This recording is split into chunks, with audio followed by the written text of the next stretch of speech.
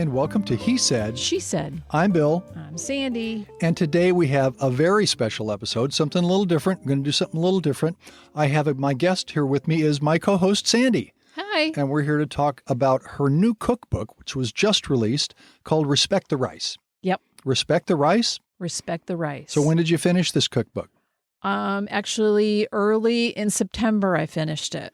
Where can I buy this cookbook? You can get it directly through Barnes & Noble. Wow. Online?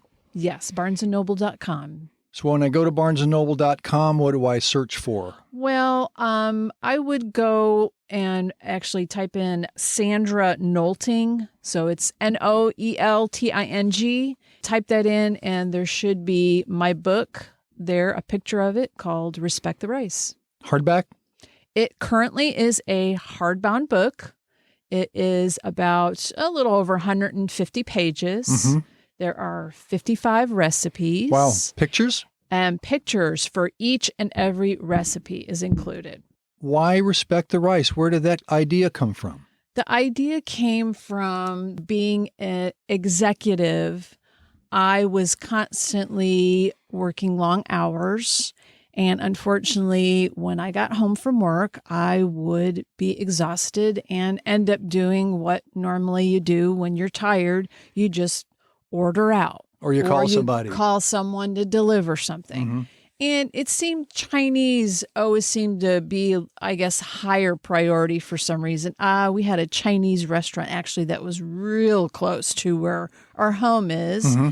And so we ended up always with Chinese box of rice, as you'll see on the front of the cover of the cookbook. And who's that handsome devil holding those Chinese boxes? That's my model. That's my special model. It's your hand model? It's my hand model. Yeah, that's great. But yeah, I mean, those boxes just kept accumulating. Quite a few times I threw them away. Wow. Started feeling bad about always throwing them away. So I decided to start, what can I do with this container of rice?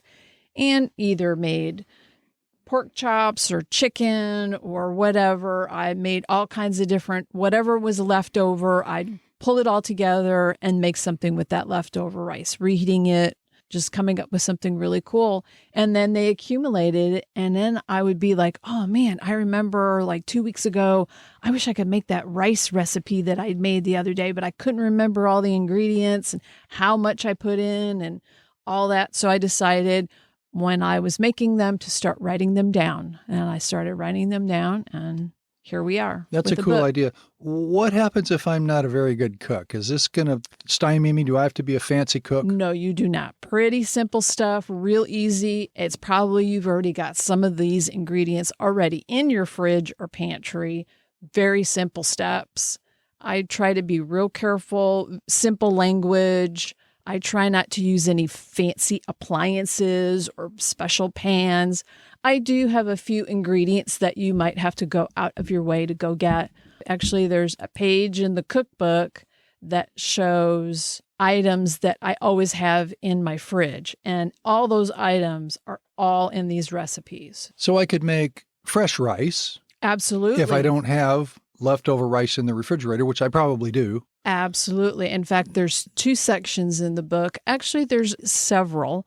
There is a section made with the leftover rice. There's a section with the fresh rice. There's a section of just making rice. And also, I came up with a few desserts made with rice. Rice desserts? Yes. Like what? Well, you have to check out the book.